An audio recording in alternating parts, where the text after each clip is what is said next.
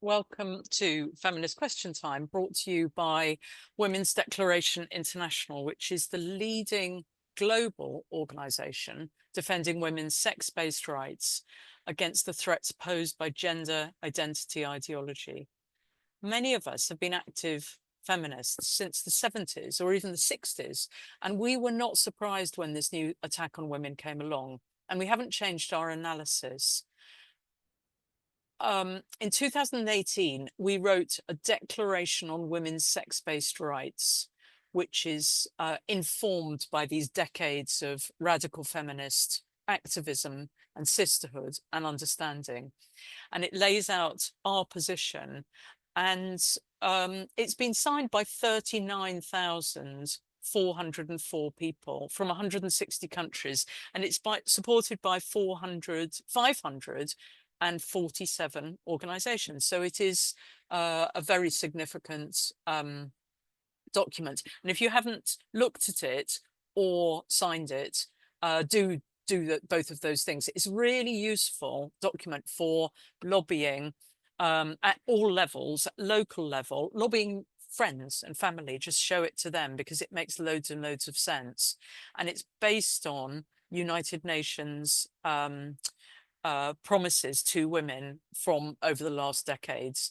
And it's saying that all of that will fail and be undermined if we change the definition of woman to be gender identity or gender rather than sex. Anyway, to promote the declaration, we have volunteer activists, country contacts. We're going to have a conference in the UK at the end of July. We have webinars on Sundays as well, which are called Radical Feminist Perspectives.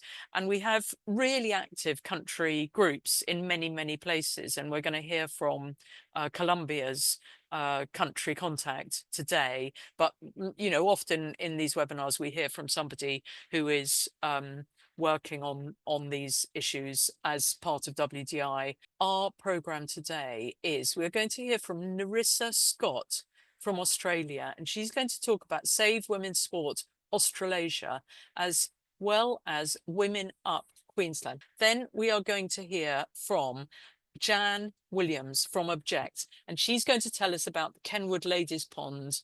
And unfortunately, the definition of ladies includes men who say they're ladies, who are women. So she's going to talk to us about that and give us an update on it. And then Victoria Argoty from Colombia. Hi, Victoria, and she is the country contact for Colombia WDI, and she's going to give us an update on what's happening in Colombia. Nerissa Scott, she's going to tell us about Save Women's Sport Australasia, as well as Women Up Queensland. So welcome, Nerissa. Thank you so much for coming. I'll give you a few updates on what's been happening in Australia with regards to sport first. So in Australia, we have national gender diverse inclusion guidelines, which were developed by Sport Australia or the Australian Sports Commission, which prioritise gender identity above sex. And that's despite us having federal and state anti-discrimination legislation, which make it lawful to exclude men based on sex if strength, stamina, or physique are relevant, which is all sport. So these guidelines were developed alongside Pride in Sport, which is an arm of ACON, which is Australia's version of Stonewall. Pride in Sport purports to be Australia's only program specifically designed to assist sporting organisations with the inclusion of people of diverse sexualities and genders at all levels. And the development of the guidelines were apparently undertaken following the identification of a need for national guidance on how sports organisations can be inclusive of trans and gender diverse people. We did ask for more detail on these requests for a national guidance, but that information was not forthcoming.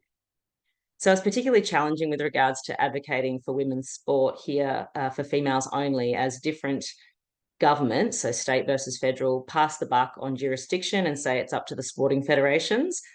However, as we've seen with the Trump administration in America, governments can withhold funding from organisations who do not protect the female category in order to force them to block male inclusion. So here in Queensland, where I live, the current Minister for Sport, he's the newly elected MP with the state government. So they're the Conservative Liberal National Party. He's also the Minister for the Olympics and the Paralympic Games, which will be held in Brisbane, Queensland in 2032. So Save Women's Sport Australasia was invited to take part in a sport consultation at Queensland Parliament House recently. Unfortunately, my colleague and Australian Olympian and Commonwealth Games gold medalist weightlifter Deb Ackerson was sick as a dog and she couldn't attend with me. So I went by myself. And I made sure that the necessity of sport being characterised based on sex was highlighted. The consultation was all about inclusion in sport and the future strategy here in Queensland. The main groups they had identified as being special groups were people living with a disability, seniors, culturally and linguistically diverse or COLD, First Nations, and of course the LGBTQIA+. I raised the question as to why women weren't also a category in their own right, seeing as our government spends millions in funding programs to encourage female participation and to improve attrition rates. Everyone at the table that I was sat at agreed with me. I made the point that we didn't want to see a repeat of Paris, where we witnessed men beating up women in the boxing ring, here in Brisbane. So in Australia, the latest story of men in women's sport unfolded just this week down in Victoria with a huge dude playing in a women's netball league. He's literally built like a brick shithouse, to use Aussie slang. It's unclear if he identifies as a brick shithouse. And he has played elite netball in the men's league previously, but now he says he's a woman. So the good news is the netball league in question backed the women who said they felt unsafe, as well as footage surfacing of the female netballer getting knocked to the ground by this male player. So Netball Victoria launched an investigation following complaints from players and clubs. So Netball is one of the peak sporting organisations here who developed inclusion policies in line with the Australian Sport Commission guidelines. So they prioritise inclusion and gender identity above fairness and safety for females and biological sex. However, in a good outcome for women, as of Wednesday afternoon, the Netball League in question banned the two transgender players for the remainder of this year's season based on the legislation, which allows exemptions based on strength, stamina, or physique.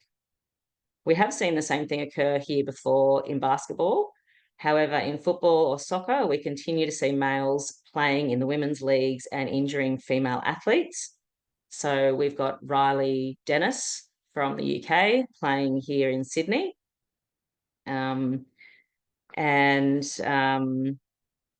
What we need to see here is leadership from the Australian government and the Sport Commission that the women's category is for females only and the other category should be renamed to open. New Zealand has a similar situation. And to give you a quick update from our team in New Zealand, Sport New Zealand are dragging their heels with changing their trans inclusion guidelines to prioritise fairness and safety. They were meant to be finalised in June, yet as stakeholders, we at Save Women's Sport Australasia are yet to be consulted with.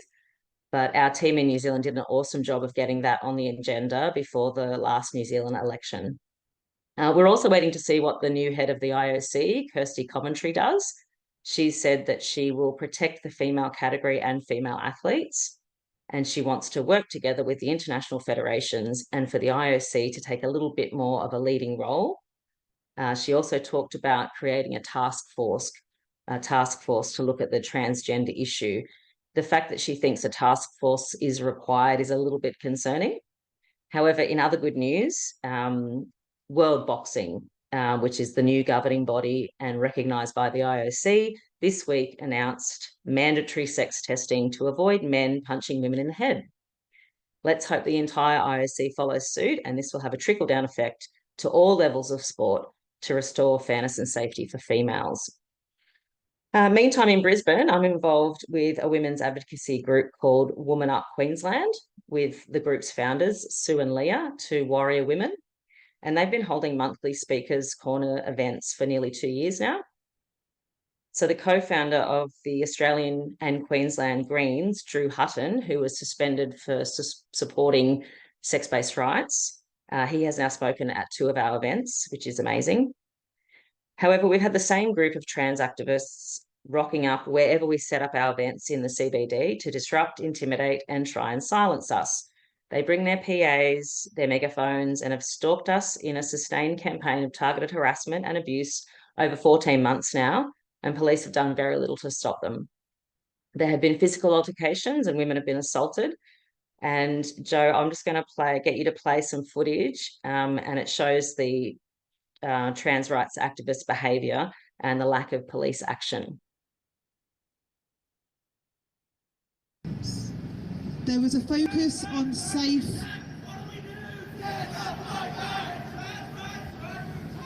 Here we go.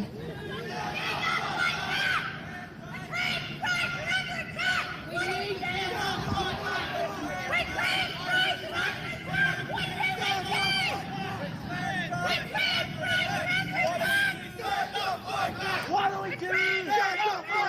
What do we do? You hateful, spineless bigots are trying to hurt people. Children are killing themselves because of your rhetoric. It's not a lie. Children are committing suicide. People are being bashed in the streets because of your rhetoric.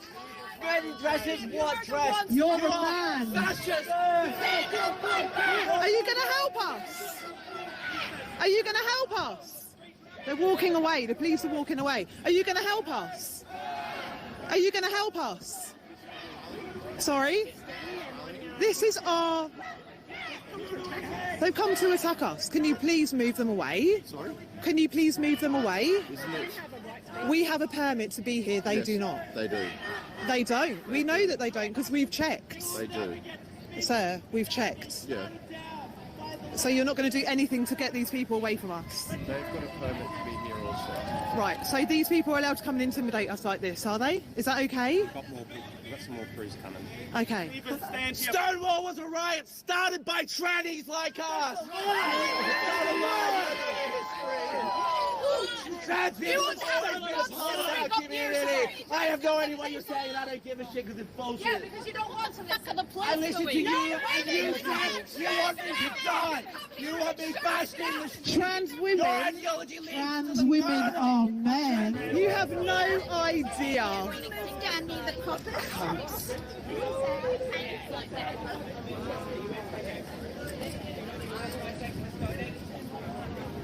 Do you think this is acceptable? Seriously, we're just having our event and they come and do that to us. Like, these are blokes. These are men. So can we go and stand over there and be left alone? Yeah. Do you want So we go back over there. to try that? Try what? Surely you should be moving them, not us. Is it our job to move? They're the special kind. They're Yeah. the law that stops them from doing anything. Can you do something? This is the state of the Queensland Police. This is absolutely ridiculous. We can't even have our own speaking event that we have a permit for. And we've got... This is the state of the police. Look at this. It's just derangement. You said that they would stay back. Get them out of our area. This is our... Bandcamp.com/tranny metal screamer. Check out my new mixtape. It's actually got your last Excuse me, we want to speak.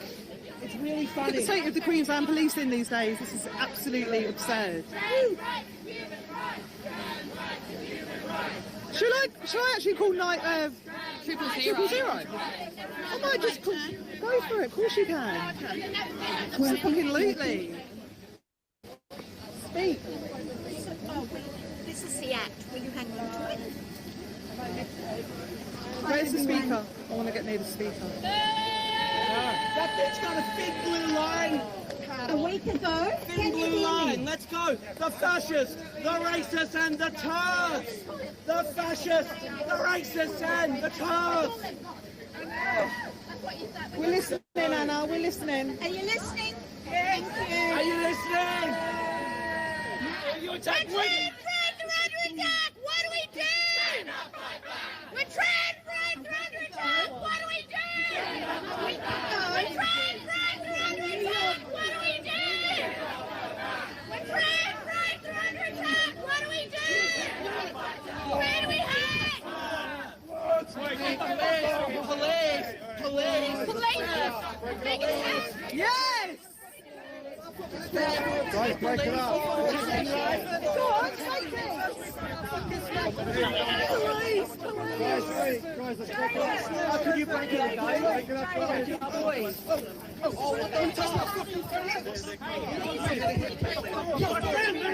World star. Mate, don't tell me to relax, it's my fucking friend. Fuck you, bro. You perpetrate this kind of fucking violence and then complain about it. You're fucking fascist pieces of shit! You're fascist pieces of shit! This is what you do! This is what you do! Violence! You perpetrate this fucking shit and then complain about it.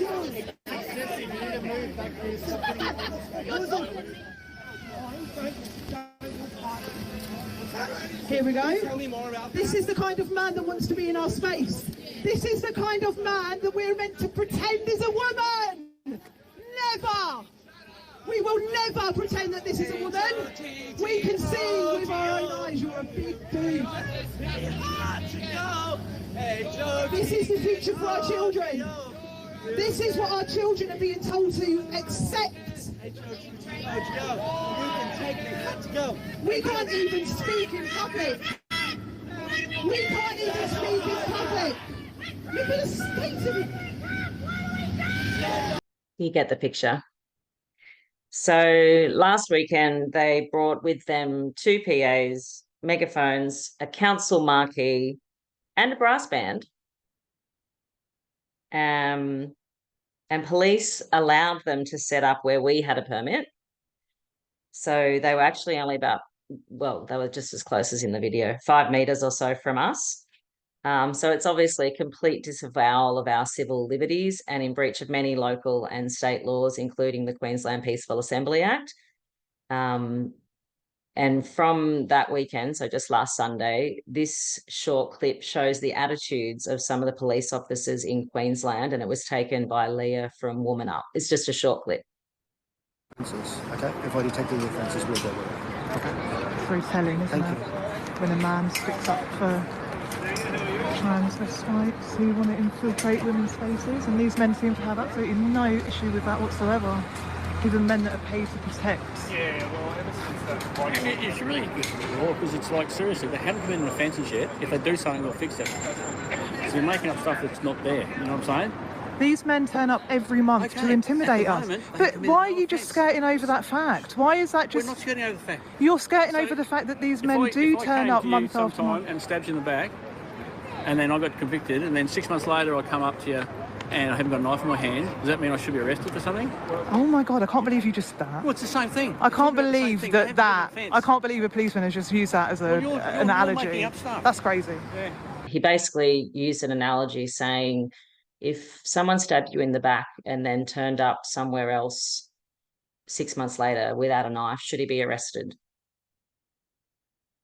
That's basically what that cop just said. Yes, we're in the process of filing whatever we need to file to try to get some action on this. And we'll obviously continue to advocate for women's single-sex spaces and sports, as well as the repeal of legislation that we have here, such as self-ID. Does Australia have a police complaints commission to file against them for lack of protection and enforcement? Yeah, so we do have that in each state, and this only happened the footage has been happening. The footage has been going. The montage has been from events across a year. Yes, the recent one only happened on Sunday. I think in the past the issue has also been that women don't want to give police our details if we lodge a formal complaint. Some of the women that I do these events with are ex-police, and they don't trust police. So I'm going to now get Jan Williams on. Jan is the co-founder or the founder of Object. And Refounder. Yes, the refounder of Object, and which is a fantastic women's rights organisation which covers a range of interconnected and important issues, and also is a sort of very, very creative and activist. You've been on the board, joined the board of Kenwood ladies' pond, which is supposedly, and has been until about 3 years ago, a women-only bathing pond, and sort of natural bathing, outdoor bathing pond on Hampstead Heath in London. And Jan and others found out that they had decided that men who said that they were women were allowed to join and swim there. And so you joined the board and have been struggling and fighting against that. So what have you learned from your experiences at the pond, Jan? First of all, I've learned that groupthink is the most powerful force in the world. If you can persuade people to believe in something and think they're right, they will do absolutely anything. I've never believed I would have been treated so appallingly by a group of very nice ladies. There's a very good book on it, actually, came out here recently. Groupthink. It's by a man. Hope that's all right. Very good book. So that groupthink is very powerful. I also learned that when an organisation loses its purpose and adopts a new philosophy or a cause, then it starts to act only in its own interests. It confuses the cause and the organisation. I think this is what happened to Amnesty, Stonewall, Humanists UK, Fawcett Society, and much smaller and less important, the Kenwood Ladies Pond Association. And this, loads of charities are losing their way because of this. I learned that power grabs are incredibly easy to hide. There was one at the pond. They just tried to change one little word in the Constitution.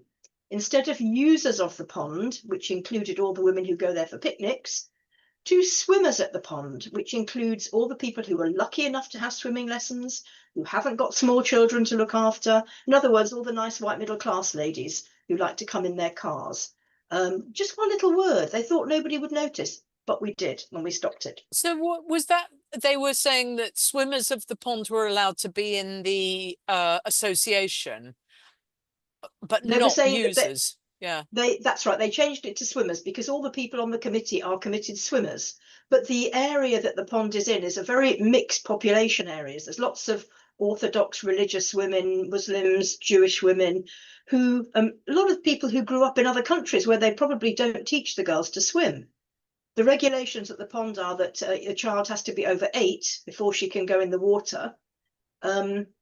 So if you've got young children, you can't go off and leave your children on the bank and swim without them. If you've got several children and you've got even one under 8, you can't leave a small child on its own. Yeah. No. Loads of women don't know how to swim. It's not about swimming. Swimming is part of it. There's a lovely meadow there away from the male gaze where you can take your top off and no one will bat an eyelid. And it's a lovely area for picnics. I know women who use that week in, week out and have never been in the actual water. And it was about marginalising them. And okay, so what? Just going back to the pond itself. What and where is the pond, and how did you hear about it? And then can you tell us what the association is as well? What's the difference? Sure. Yes, it's in a very, very prosperous area of London, Hampstead. It's a huge green space, and it's got 3 bathing ponds in it. There's the women's pond, which is very small but nice, secluded, tiny. There's the men's pond, which is huge with a lovely diving board, about 10 times as much space as the women have. And there's a mixed pond where anyone can go, also very large. So the women have drawn the short straw, and now they haven't even got their own pond at all. I found out about it working with local single parents who, this is a great place. You know, a lot of them, people who are single parents, some are happy single parents. Very often that the man has disappeared for some reason of his own, or there's been violence or something nasty's happened. Those women can end up being victims, and they're very, very much in need of a nice space away from the male gaze where they can go with their children, meet their friends and feel safe and relaxed. So I learned about it through them. And in those days, you didn't have to pay. It's now under the control of the City of London Corporation, and you do have to pay. The Kenwood Ladies Pond Association is a user group for people that use the pond, or as they would prefer to see it, swim in the pond. And it's a very low-key little organisation. But since it adopted the trans men, the men are women philosophy, of course, men have crept in there.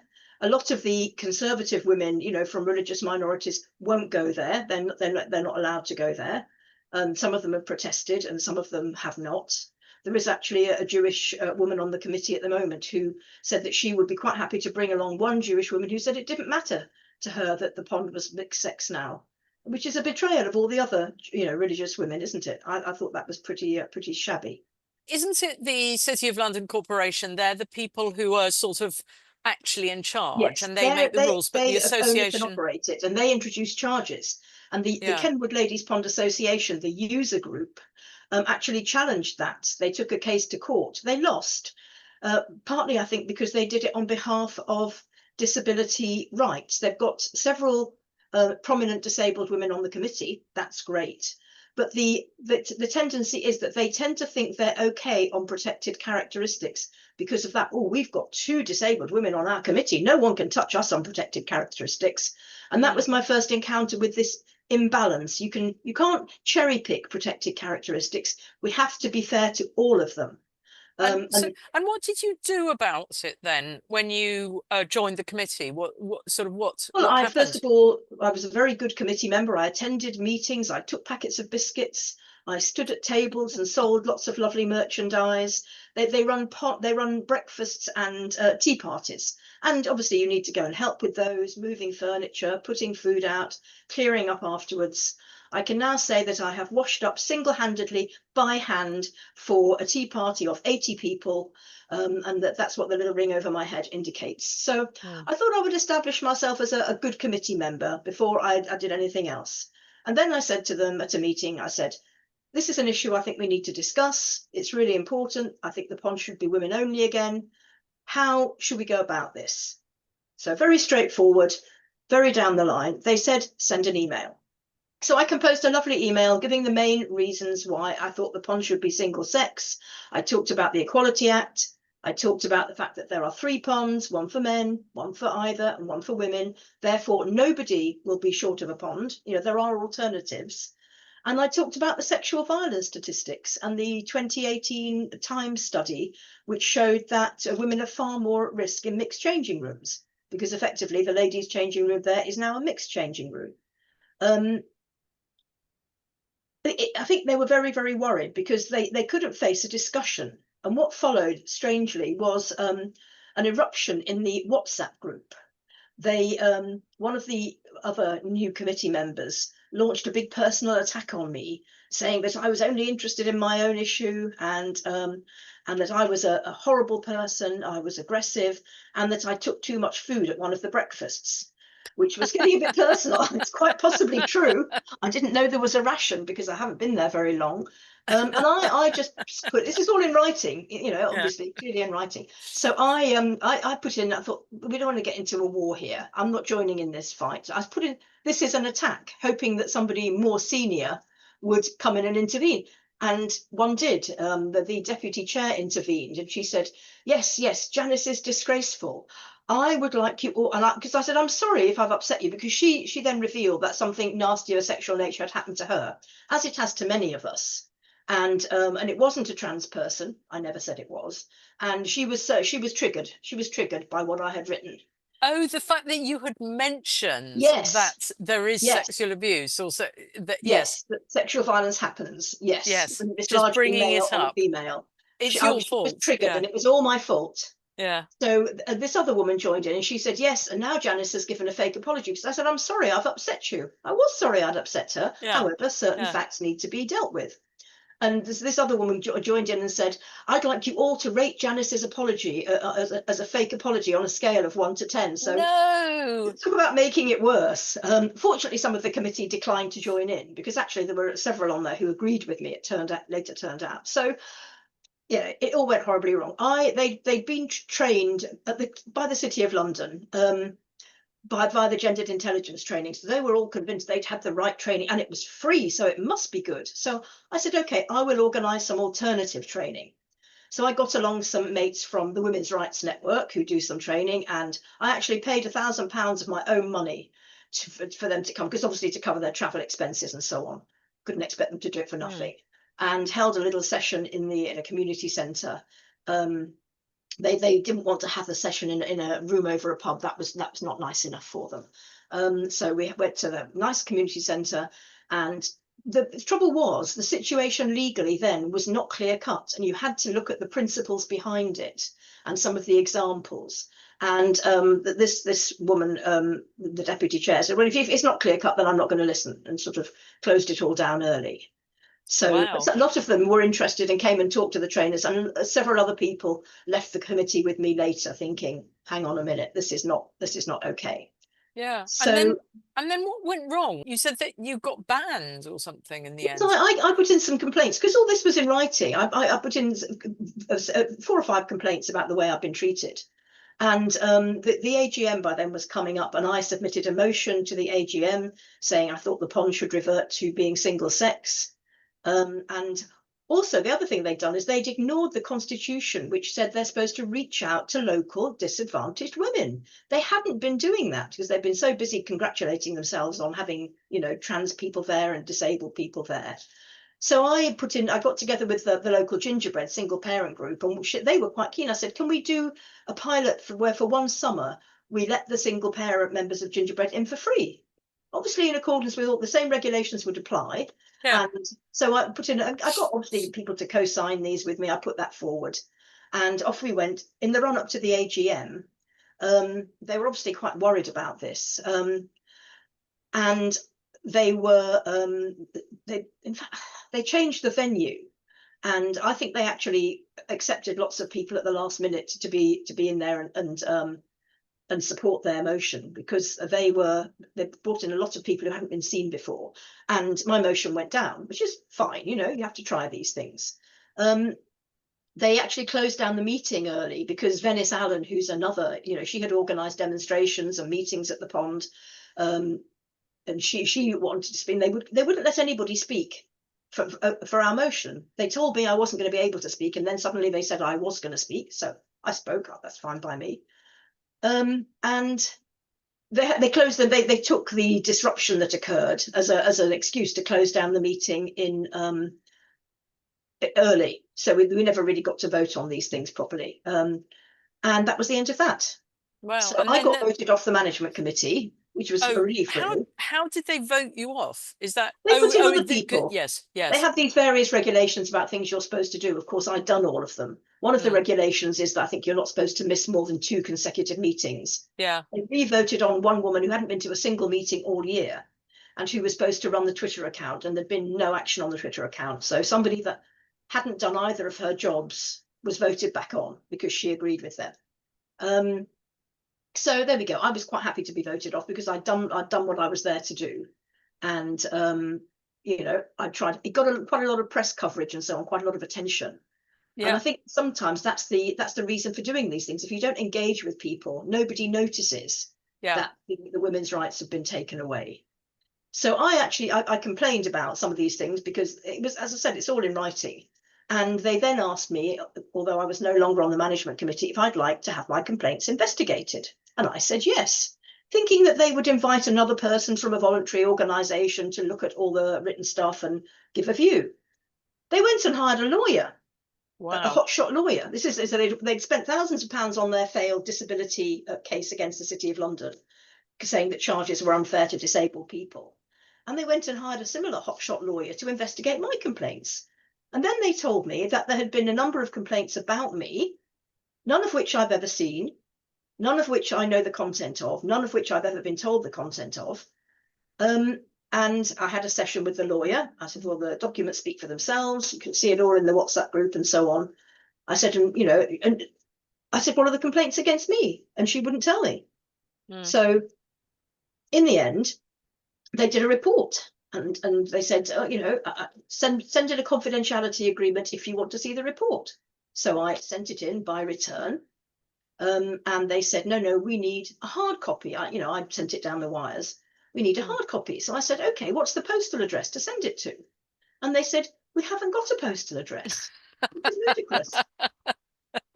So I said, so you had to take it there. I sent it to the lawyer. I thought, no, please pass it on. I wasn't going to get diverted like that. Yeah. And then they said, OK, come and see it then. But you'll have to come to the steward's office at the pond physically and sit down there and look at it. And And it was in my busiest month. I still work. I work in the travel industry, and it was in September, and I had about 4 different trips to different countries booked then, and I couldn't go then. So I said, sorry, I won't make it before the end of October, but I'll be much freer afterwards to come in.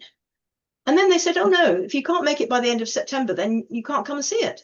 Wow. So there's this massive lawyer's report that costs thousands and thousands of pounds, all about me. And I don't know what the complaints against me were. I've had no chance to defend myself, and I've never seen it. Wow. I wonder if you could do a freedom of information request. And I've done that. They didn't get anywhere. I did have some help from the Free Speech Organisation. Yeah. And they said they don't get much joy out of the Information Commissioner. I might go back to them. I did do that, but they still didn't include the report. They just sent all the stuff I already had. Now we're going to go to Victoria Argoty. Victoria is the WDI country contact in Colombia. We are active since April 2022. I've never been alone in this. We have been a team. We were a team of 3 in the moment. We are now 9. And well, I show you our co-volunteers later. So we have around 2,000 followers on social networks, and that's like a lot for us, because I think we are the first openly abolitionist collective of national scope in Colombia. So many movements and organizations in Colombia are in favor of abolition of prostitution, but have not progressed the debate or the definitions to gender itself. So we have to face difficulties with other collectives that, well, think that we are too radical, too vehement, too loud about gender and trans identity, and they do not understand how trans identities have harmed women. So we are pioneers in our country in that. So our movement has grown during the first progressive left government in Colombia in 200 years. So we are women that mostly come from the left in our movement, and for logical reasons. And we were we had high hopes on this government, because we thought we could be heard, and that the logic of human rights and equality would get to a president that even writes that prostitution is violence, that is that aware that prostitution is violence. So we had to face from the beginning in government issues that this progressive government started the Ministry of Equality. Well, I think we will talk first about the Ministry of Equality, and then I'll talk to you about the first time that we went out to the streets. So the Ministry of Equality was created as a project of the progressive left to, pay a debt with the historically vulnerable, impoverished populations, people in Colombia. So this was handed over to Francia Marquez, which is the vice president, which had a political capital that was very important to get these political projects in the presidency. So this Ministry of Equality was a very big deal of this government. So it was handed over to the vice president, because the vice president's job is just a decorative job. It's not important. It's not even in charge of the government when the president is not available. So this was a very symbolic and strong move, that giving the first vice president, a Black woman, a whole ministry to demonstrate what equality and anti-racism looks like. So very soon, the structure was approved in June 2023. And this includes 5 vice Department, Vice Ministries for Women, Youth, Excluded Population and Territories, and Overcoming Poverty, for Diversity, and for Ethnic and Rural Peoples. You know, this is a liberal, progressive left. So diversity is such a big deal. So the first image and priority was trans women, of course, trans-identified men. And as a part of the Vice Ministry of Women, an office was created and was called the Directorate for Women in Paid Sexual Activities. So from the very start, from the very institutional design, this was an aggression against the rights of women and girls. So that's why we went out to the streets. Shortly after the ESS structure was approved, we went out to the streets and luckily inspired other organizations, abolitionist organizations in other cities that joined us in protesting the creation of such direction with such name. We were protesting the name that implied that this was something legitimate, not a form of violence, because it has to be defined as a form of violence from the beginning. That was the gathering argument that we used. So this was a very big deal for us because we are very afraid, you know, these trans and pimp mobs are very dangerous. We work with the organizations that directly assist trafficking victims. So it's like really dangerous for women in the territory. Not for myself personally, but because I cannot go there, but for my sisters in the territory that are there, like in the border, that in the periphery of the cities. So this was very important for us to dare to go to the streets, and we were like, this is the main central place in Bogota where the government buildings are, and we went out there. We got the collaboration of Congresswoman, which was a student and is openly the only Congresswoman openly abolitionist, is Jennifer Pedraza. She helped us with some, you know, the sound system, some posters and everything. So this was very good for us. We started to create a movement, and we started to create momentum. And these videos I would like to show you. De un plantón de diferentes sectores feministas que rechazan la dirección del Ministerio de la Igualdad, que trataría temas de derechos y sobre todo el trabajo sexual. Bienvenida, Victoria, y bueno, cuénteme específicamente ustedes qué piden y a quién le están haciendo este reclamo. Bueno, buenas tardes. En primer lugar, nosotras queremos aclarar que nosotras estamos con las víctimas de explotación sexual y nosotras sabemos que las mujeres que terminan en la explotación sexual o en la prostitución lo hacen porque en su mayoría están en la pobreza y en la miseria. Entonces lo que le pedimos a la ministra de Igualdad es que nos dé una mesa de trabajo, una audiencia y que reconozca los tratados internacionales que ya pues han demostrado el vínculo indisociable entre prostitución y trata, y que adopte las medidas que la CEDAW ordena en su recomendación 38 de 2020. Victoria, este plantón se está llevando a cabo a nivel nacional. ¿En qué otras ciudades se están reuniendo en este momento y a lo largo de la tarde? Bueno, nosotras somos feministas y sobrevivientes de explotación sexual. Estamos en la ciudad de Bogotá en este momento, también en Medellín, en Cúcuta y en Cartagena. Van a ser a las 4 y 5 de la tarde. En nuestras redes sociales pueden encontrar los lugares y la hora de convocatoria para cada ciudad. Pues esperamos que la sociedad comprenda que nosotras estamos con las víctimas, con las mujeres prostituidas, y que exigimos posibilidades de trabajo y vida digna para todas las mujeres en este país. Victoria, pues muchas gracias, y bueno, esta es la visión, y se declaran, por supuesto, por los derechos de las mujeres basados en sexo, que las mujeres no sean consideradas como un motín de guerra, y como dicen sus carteles, prostitución no es trabajo, es explotación y violencia. Este es el clamor de diferentes sectores feministas a esta hora en la Plaza de Bolívar. Yamit, continúe usted en estudio. So this was very a big deal. I was like really, really, really, we were really happy to be there.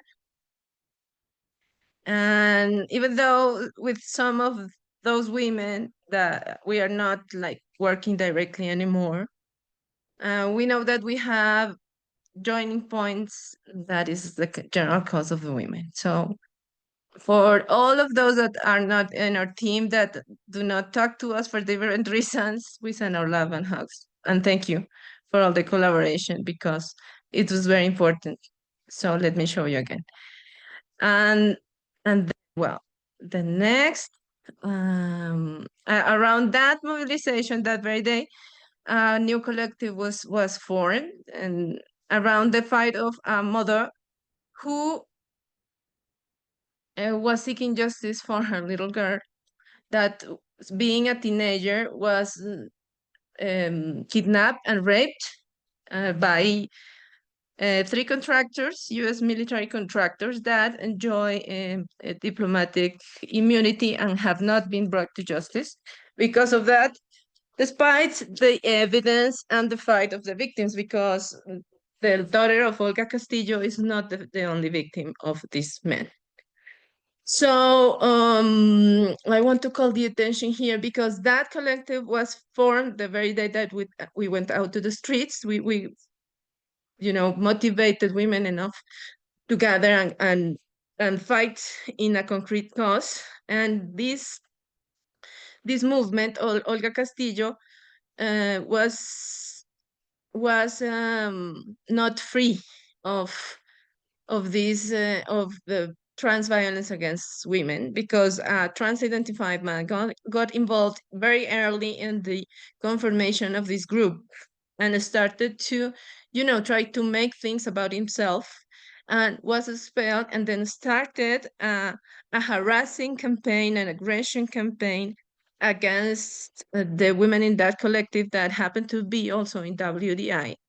And he had to be sued, to be warned, and that this escalated to police and justice stances, where we as a team, as WDI, have had to take legal measures to protect us, only because we are being target of harassment and violence for defending women's rights. Very soon, defending the right to justice of Olga Castillo comes to an abolition of the sex trade and the sex, platforms and the sex identity, the trans identity that legitimizes the sex trade. So this is very, a very from the beginning the problem. So let's go to the Ministry of Equality again. I'm sorry, I get to.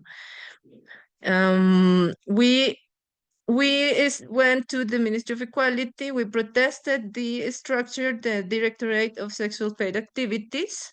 And then let's meet the head of such directorate. It's obviously a trans-identified man, which has a career in the left because he's a Cuban stripper.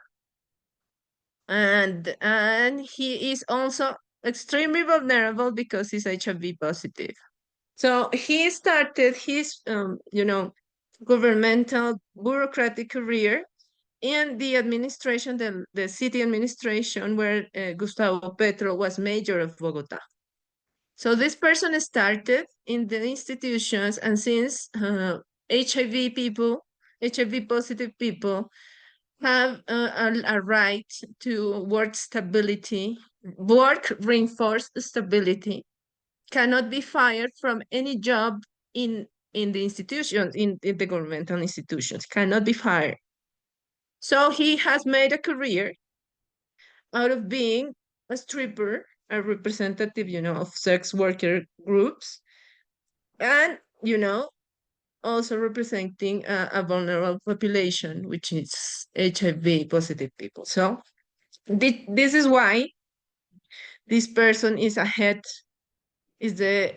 of the Directorate of Sexual Paid Activities. What has this directorate made for in these several organizations were trying to reach out to this person to try to reason with them and try to listen to the abolitionist point of view. But there was never an open door. There was never an open approach, and he in exchange of that, instead of that, established a work table which gathered sex work syndicates, trade unions, sex work unions, the owners of brothels, and the victims of sex trafficking in the same space. Of course, with the sex worker unions and the pimps overrepresented and overheard, and with all paid expenses brought from all the city, from wherever they would, in luxury hotel, at the very different invitation to participate in the spaces. So this has been a clear message of war against women and girls, and we will see other details of this ministry.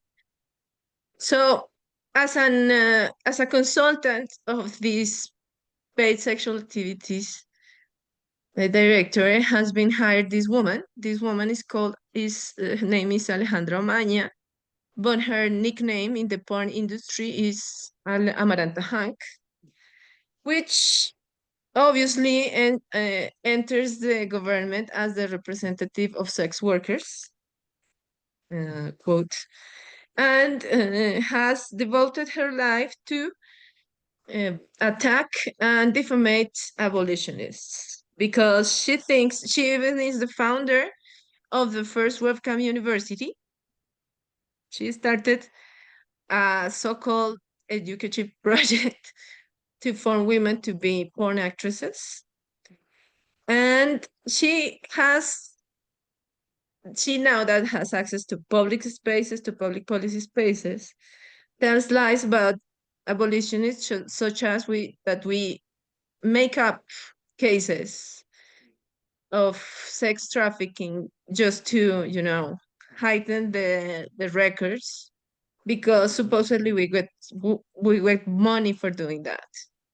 So she is basically saying that women that make a denounce are lying.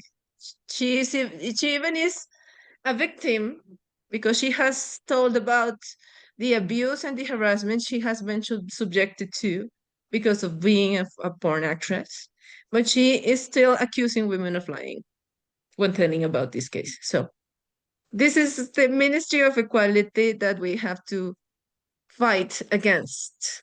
So this is coming to an end. The Ministry of Equality is a total failure, because it has only focused in the trans-identified people. So the other vice ministries have been, well, I don't know deeply, but the main image of the Ministry of Equality is exactly the attention to trans people. So it's only executed 2% of the budget, as long as I know. I do not have exact data right now, but these are news that have been going around a while. So this is a very brief resume. So the decree was revoked because it has mistakes in the paperwork. So this ministry is not going to live for more than 2 years. That is exactly less than 2 years now, because that's what's left of this government for this term. So this Ministry of Equality was a harm for women and girls, and a harm from the leftist progressive projects that's won by both of the Colombians. So now that is a failure, and in other aspects, the government is recurring to its patriarchal always. So now Francia Marquez, that was the very first figure, the most brilliant figure of that election as vice president was removed as head of this department and was replaced by a Black man that is, well, an activist for the rights of Black people, Reizal Palenquero, but also happens to have participated in the gay porn industry. So we have now a Ministry of Equality in the head of porn abiding people, for consumers and makers. And not only that, but now that there is no vice minister of women of that branch of the ministry, the in charge, the deputy vice ministry is this stripper that is in the head of the directorate of the sexual paid activities. So all the Department of Women in the Ministry of Equality is in the head of a lobbyist of prostitution, of a lobbyist of porn and the sex trade. So this is very much what we have to fight.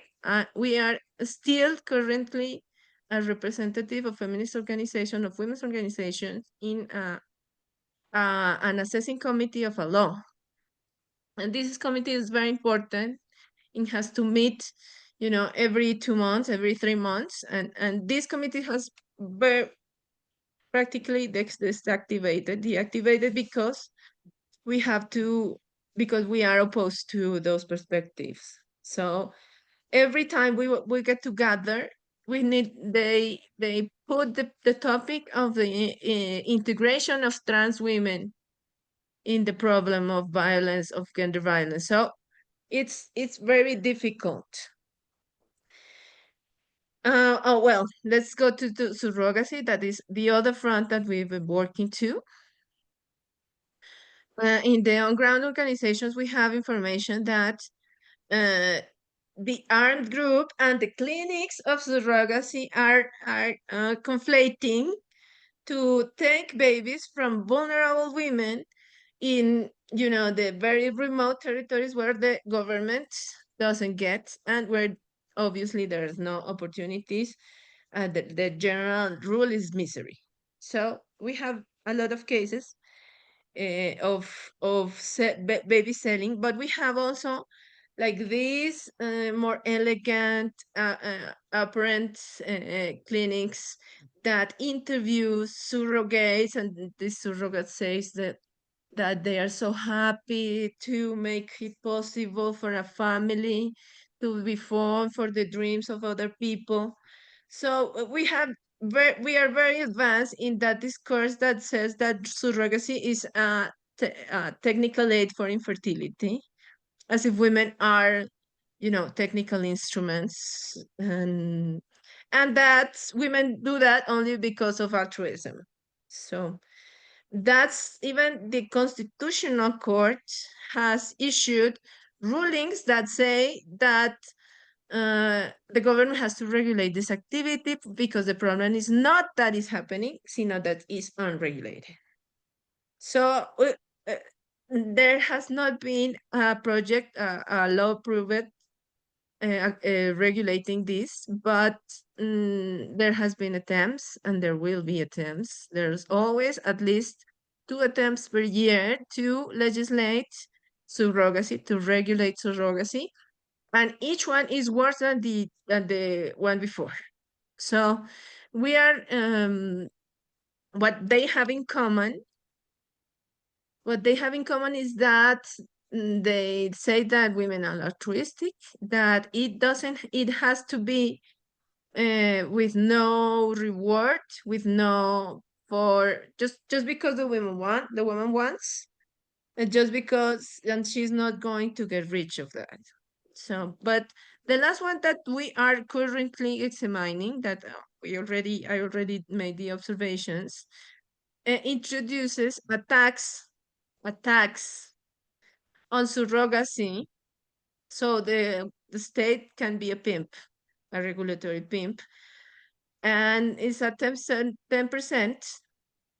that is supposedly going to be directed to the Institute of Family Welfare, that is like Child Protection Services. So it's like making a complicit circle of criminality, profiting from the body of a woman and a baby that cannot consent. So we have promoted different documents. We even made a manifesto against surrogacy that actually stopped one of these law projects from being approved. So we often get to engage and work together with other organizations, even though they do not want to be related to WDI. But we get to work with them to produce documents and instruments that do their job of persuading congresswomen and men of voting against these initiatives. So that's also a very good news. But the battle is still, on fire. We will have to face these laws now and forever, I think. Now we have to face the problem of trans femicide. Every time a trans identified man gets killed, we are the worst people in the earth. And we are even afraid of going out to the streets. We have had aggressions on March 8th. I think if it was in March 8th, 2024. My girls in the chat will help me if I'm wrong. But one of our friends was hit actually by a trans activist, and we published that on the network. I think you retweeted us.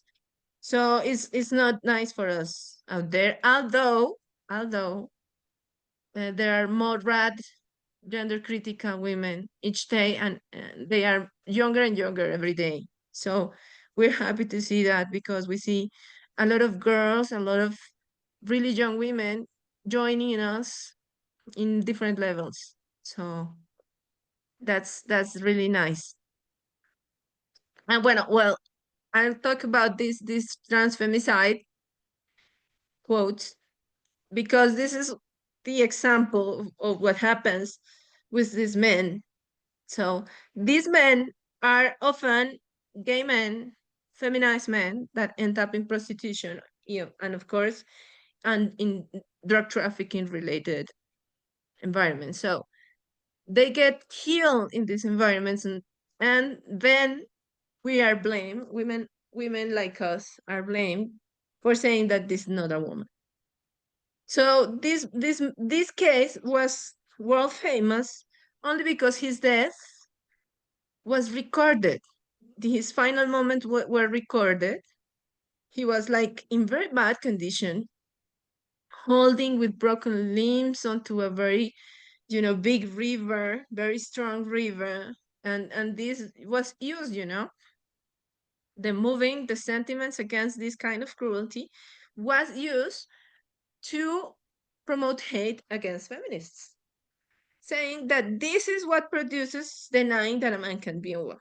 So I think some of you have seen the video or heard the case about Sarah Miller. And what happened is that this person was killed by drug trafficking mafias. That besides, this person had a history of having, conflicts regarding robberies in the neighborhood. I'm not, a vulnerable person is a vulnerable person.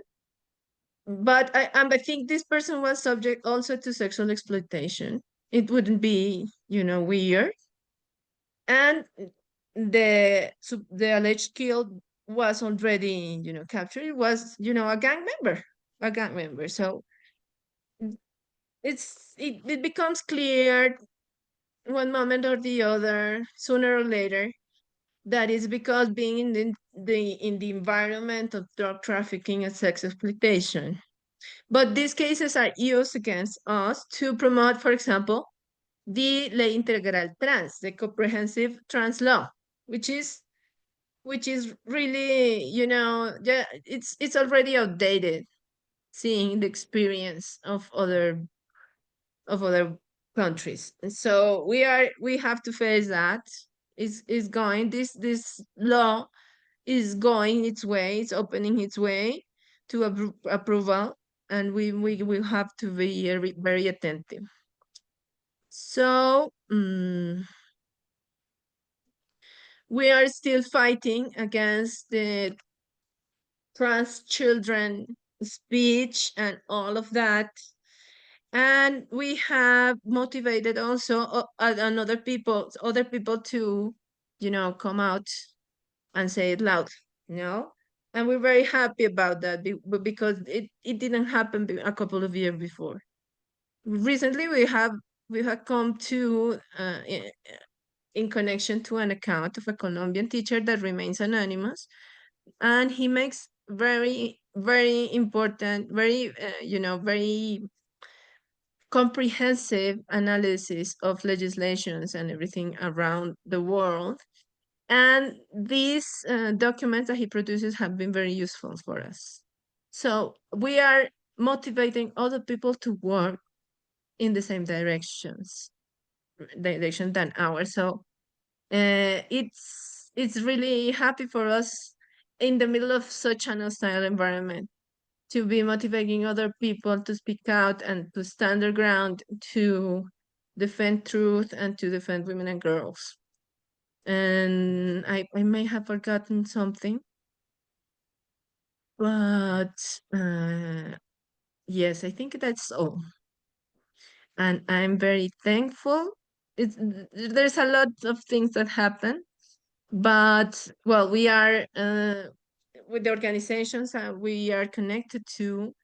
We are very aware of the legislation and the advancement in judicial rulings that helps the victims. So I think it's going well for the organization, even though there is a war, there's no budgets, but women are waking up, I think, and we are getting more and more support each day. I would like to show you a last thing. I want to show you the picture of some of our volunteers. There's Alejandra. You see the one on the left top is Alejandra, which is in Cucuta in the northern border. She's not our survivor hero. And this is Adriana, which is now in Medellin, and she's our influencer. She's the one who is, if you see our Instagram page and our X, she's in all the videos. And this is some of us that gathered last year. And this is Lucia, Tati, Aleja, and me. So I wanted to show you all her the help and the love that we share.